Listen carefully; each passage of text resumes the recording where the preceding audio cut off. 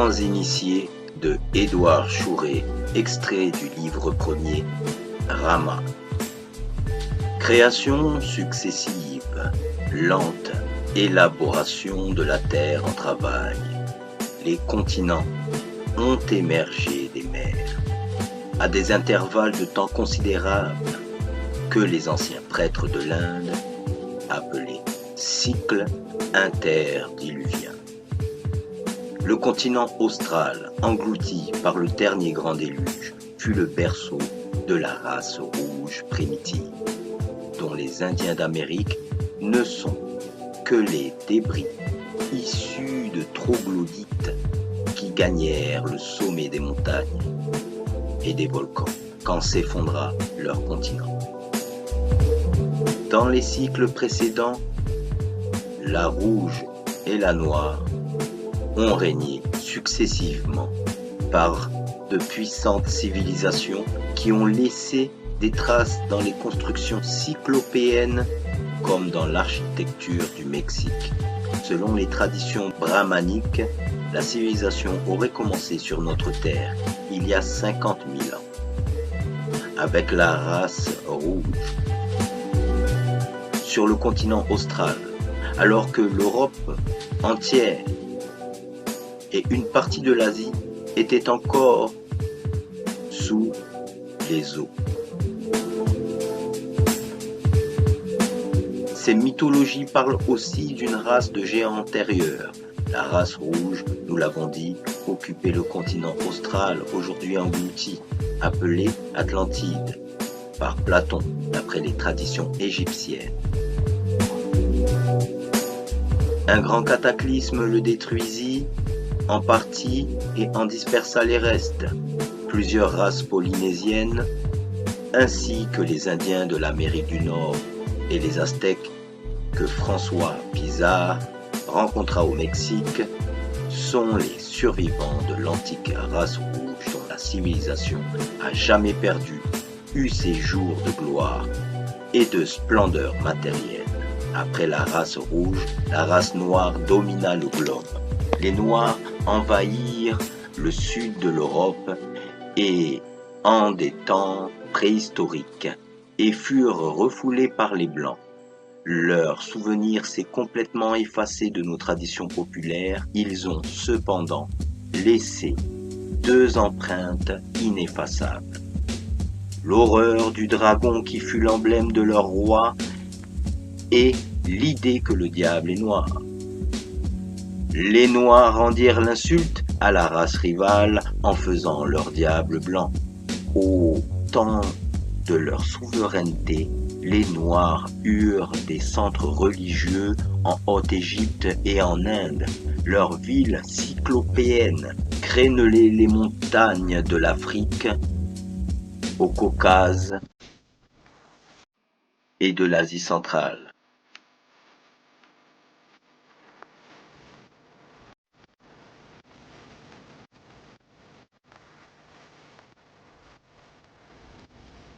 Leur organisation sociale consistait en une théocratie absolue. Au sommet, des prêtres redoutés comme des dieux, en bas, des tribus grouillantes, sans famille reconnue, les femmes esclaves. Ces prêtres avaient des connaissances profondes.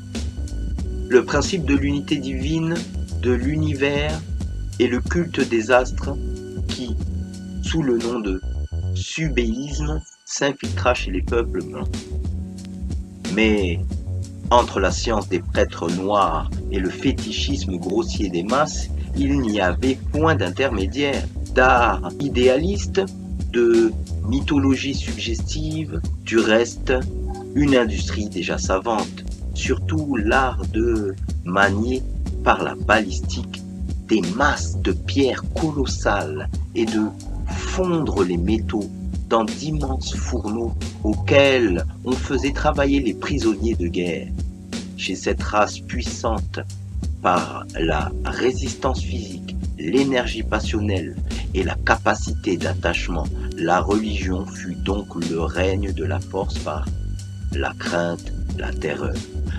La nature et Dieu n'apparurent guère à la conscience de ces peuples enfants que sous la forme du dragon, du terrible animal antédiluvien que les rois faisaient peindre sur leurs bannières et que les prêtres sculptaient sur la porte de leur temple.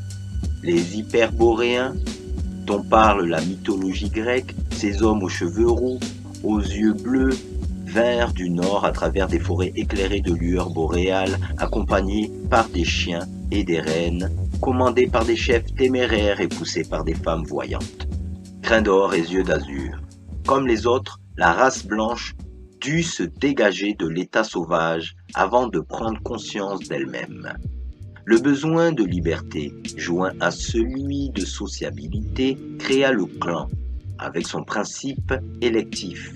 L'imagination idéale créa le culte des ancêtres, qui forment la racine et le centre de la religion chez les peuples blancs. Ainsi, à l'origine même de la vie sociale, le culte des ancêtres s'établit chez la race blanche. Dans la vie préhistorique de la race blanche, chez les peuples barbares, c'est la femme qui, par sa sensibilité nerveuse, pressant d'abord l'occulte, affirme l'invisible. Le grand ancêtre devient le dieu de la peuplade. En Asie, dans l'Iran et dans l'Inde, où des peuples de race blanche fondèrent les premières civilisations aryennes en se mêlant à des peuples de couleurs diverses, mais en Europe, la trace du rôle prépondérant de la femme se retrouve chez les peuples de mêmes origines, restés barbares. Pendant des milliers d'années, ils percent dans la Pythonie scandinave, dans la Voluspa de l'Edda, dans les druides celtiques, dans les femmes devineresses qui accompagnèrent les armées germaniques et qui décidaient du jour des batailles, et jusque dans les bacchantes thraces qui surnagent dans la légende d'Orphée, la voyante préhistorique se continue dans la Pythie de Delphes. Les races blanches s'organisèrent en collèges de druides sous la surveillance des vieillards instruits ou des druides, les hommes du chêne. Ils donnèrent un élan immense à la race qui n'en était qu'au commencement de sa lutte plusieurs fois séculaire avec les Noirs. Les prophétesses primitives de la race blanche tentèrent de régner par la terreur. Elles exigèrent les sacrifices humains et en firent l'élément essentiel de leur culte. Leurs guerriers méprisaient la mort. Au premier appel, ils venaient d'eux-mêmes et par bravade se jeter sous le couteau des prêtresses sanguinaires. Par hécatombes humaines, on dépêchait les vivants chez les morts comme des messagers et on croyait obtenir ainsi les faveurs des ancêtres. Livrés au hasard de l'ambition et de la passion personnelle, l'inspiration dégénère en superstition, le courage en férocité, l'idée sublime du sacrifice, en un instrument de tyrannie, en exploitation perfide et cruelle. Mais la race blanche n'en était qu'à son enfance violente et folle. Passionnée dans la sphère animique, elle devait traverser bien d'autres et de plus sanglantes crimes. Elle venait d'être réveillée par les attaques de la race noire qui commençaient à l'envahir par le sud de l'Europe. Lutte inégale au début. Les Blancs à demi sauvages, sortant de leurs forêts et de leurs habitations lacustres, n'avaient d'autres ressources que leurs arcs, leurs lances et leurs flèches aux pointes de pierre.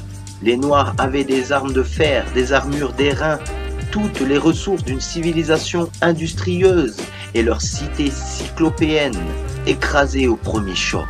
Les Blancs, emmenés en captivité, commencèrent par devenir en masse les esclaves des Noirs qui les forcèrent à travailler la pierre et à porter le minerai dans leurs fours. Cependant, des captifs échappés rapportèrent dans leur patrie les usages, les arts et des fragments de science de leurs vainqueurs. Ils apprirent des Noirs deux choses capitales, la fonte des métaux et l'écriture sacrée.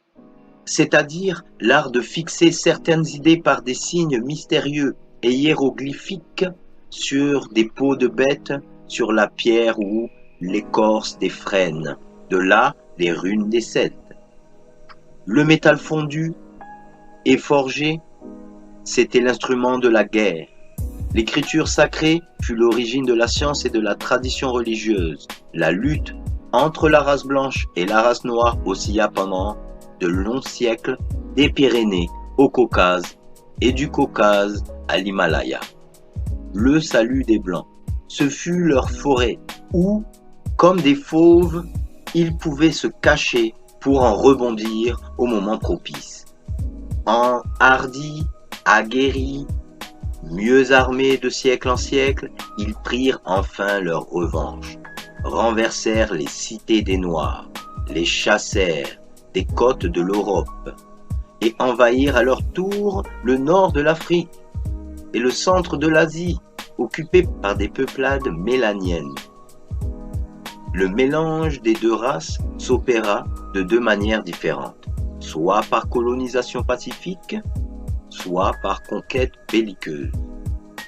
Fabre d'Olivier, spécialiste du passé préhistorique de l'humanité, part de cette idée pour émettre une vue lumineuse sur l'origine des peuples dits sémitiques et des peuples aryens, là où les colons blancs se seraient soumis aux peuples noirs en acceptant leur domination et en recevant de leurs prêtres l'initiation religieuse.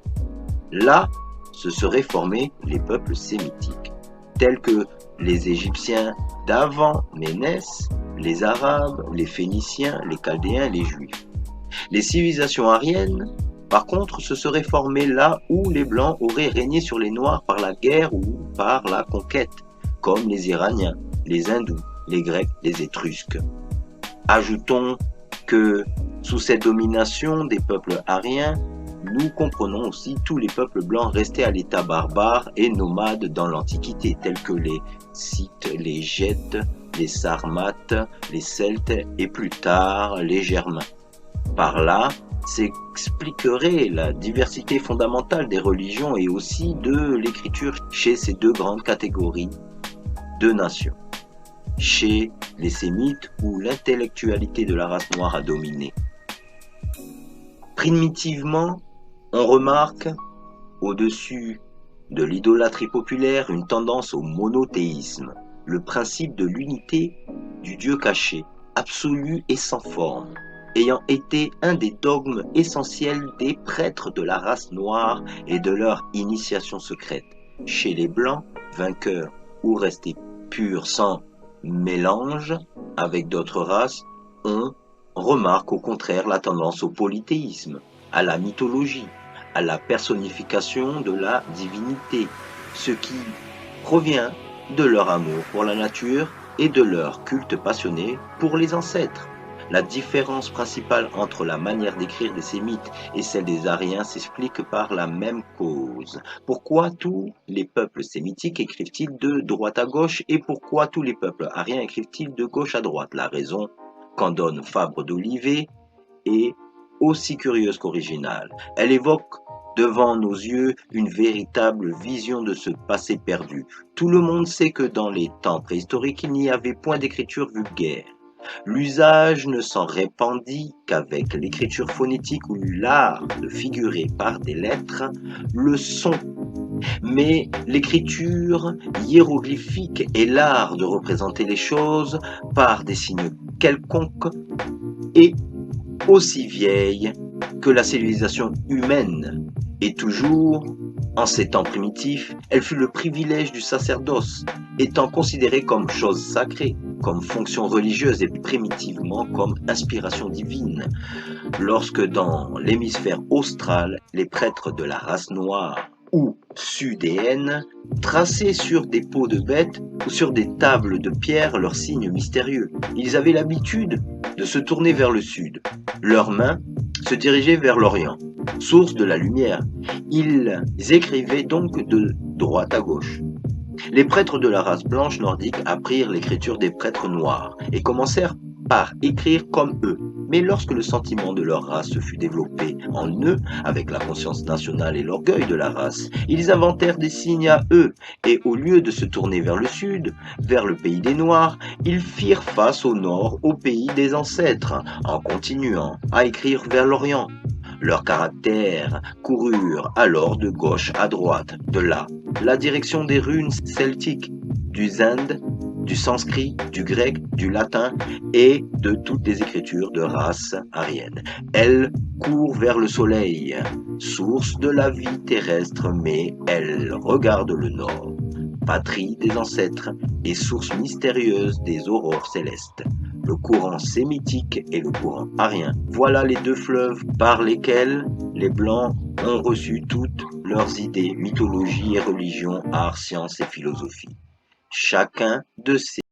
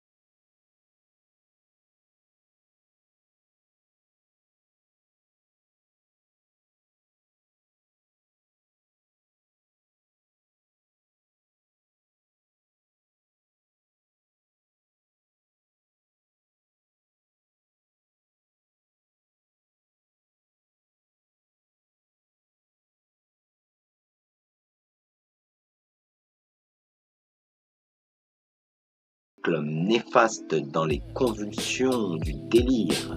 Les druides l'avaient appelé celui qui sait. Le peuple l'avait nommé l'inspiré de la paix. Cependant, Rama, qui aspirait à la science divine, avait voyagé dans toute la City et dans les pays du Sud. Séduit par son savoir personnel et sa modestie, les prêtres des Noirs lui avaient fait part d'une part de leurs connaissances secrètes.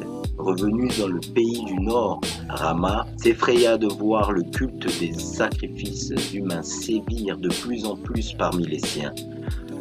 De leurs incursions dans les pays du Sud et de leur contact avec les Noirs, les Blancs avaient rapporté une horrible maladie, une sorte de peste. Elle corrompait l'homme par le sang, par les sources de la vie, Le corps entier se couvrait de taches noires, le souffle devenait infect, les membres gonflés et rongés d'ulcères se déformaient et le malade expirait dans d'atroces douleurs. Le souffle des vivants et l'odeur des morts propageaient le fléau. Aussi les Blancs, ahuris, tombaient et râlaient-ils par milliers dans les forêts abandonnées, même des oiseaux de proie, Rama affligé, cherchait vainement un moyen de salut. Il voulait guérir son peuple d'une plaie morale plus néfaste que la peste. Élu chef des prêtres de sa peuplade, il intima l'ordre à tous les collèges de druides et de druidesses de mettre fin aux sacrifices humains. Les peuples blancs se partagèrent en deux camps. L'âme même de la race blanche se séparait en deux pour se dégager de l'animalité rugissante et monter la première marche du sanctuaire invisible qui conduit à l'humanité. Il résolut d'entraîner l'élite de sa race au cœur de l'Asie. Il annonça aux siens qu'il instituerait le culte du feu sacré qui ferait le bonheur des hommes, que les sacrifices humains seraient à jamais abolis, que les ancêtres seraient invoqués, non plus par des prêtresses sanguinaires sur des rochers sauvages dégoûtants de sang humain, mais à chaque foyer, par l'époux et par l'épouse, unis dans une même prière, dans un hymne d'adoration près du feu qui purifie. La formidable émigration dirigée par ce grand pasteur des peuples s'ébranla lentement et se dirigea vers le centre de l'Asie. Le long du Caucase, elle eut à prendre plusieurs forteresses cyclopéennes des Noirs. Cette race avait déjà eu ses inspirés de second ordre pour l'arracher à l'état sauvage, mais Ram, qui le premier conçut la loi sociale pour les Blancs, il fit amitié avec les Touraniens, vieille tribu scythique croisée de sang jaune, qui occupait la Haute-Asie, et les entraîna à la conquête de l'Iran, d'où il refoula complètement les Noirs, voulant qu'un peuple de pure race blanche occupât le centre de l'Asie.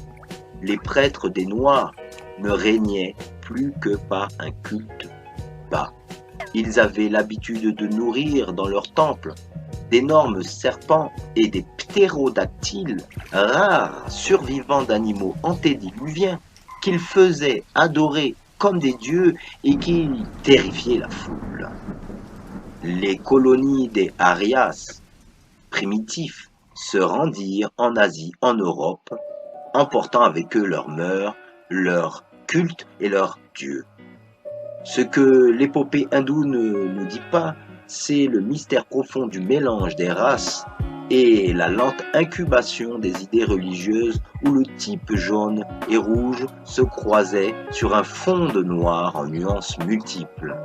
La civilisation hindoue nous apparaît ainsi comme une formidable montagne portant à sa base une race mélanienne, les sans-mêlés sur ses flancs et les Aryens.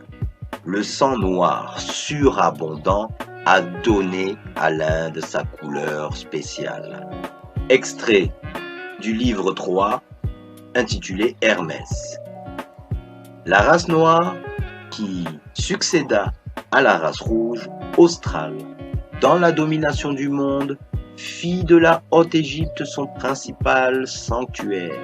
Le nom Hermès-Thoth, ce mystérieux et premier initiateur de l'Égypte aux doctrines sacrées, longtemps avant l'époque aryenne, la doctrine du feu principe et du verbe lumière, renfermée dans la vision d'Hermès, restera le sommet et le centre de l'initiation égyptienne.